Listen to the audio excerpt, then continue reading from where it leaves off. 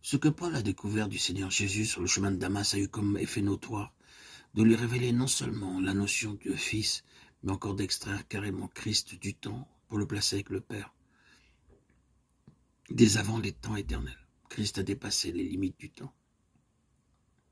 Le Christ, dans sa dimension temporelle, c'est-à-dire limité à sa venue ici-bas, devient en quelque sorte une parenthèse de second plan. Mais si nous voyons tout le dessein de Dieu uniquement à la lumière de la chute et d'une indispensable restauration, alors évidemment cette parenthèse devient essentielle. Mais à l'origine, il n'en était pas ainsi dans la pensée divine.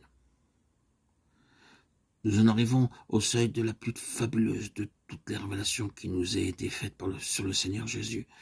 L'effet produit par l'expérience de Paul sur le chemin de Damas, cette projection d'un Christ hors du temps et remontant au jour de l'éternité, devint, dans la conception de l'apôtre, intimement lié au dessein éternel de Dieu. Et dans ce dessein éternel, il n'y avait aucune trace de chute ou de rédemption. La chute et la rédemption représentent pour ainsi dire une dépression dans la trajectoire poursuivie par Dieu à travers les âges. Celle-ci devait être parfaitement rectiligne et il n'aurait jamais dû y avoir d'interruption ni de méandre. Mais à un moment donné, compte tenu de certaines contingences complètement étrangères au dessein de Dieu, cette trajectoire a chuté pour remonter ensuite et reprendre son cours normal.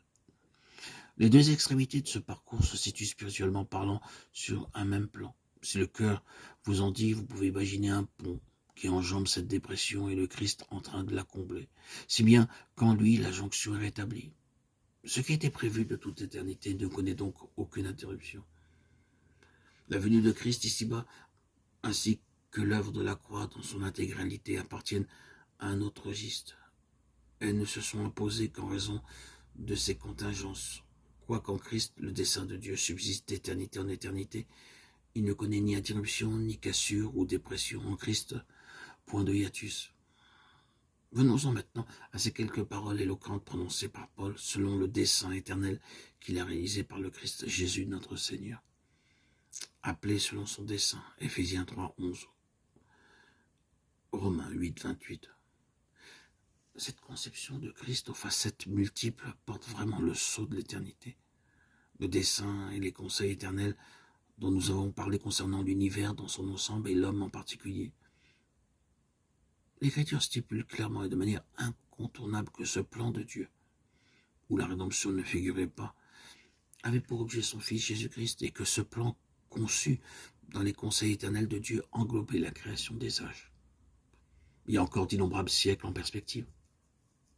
L'éternité est jalonnée de repères qui ne sont pas des repères temporels au sens où nous l'entendons, mais des points d'émergence et de développement, de progrès, d'accroissement et d'élargissement.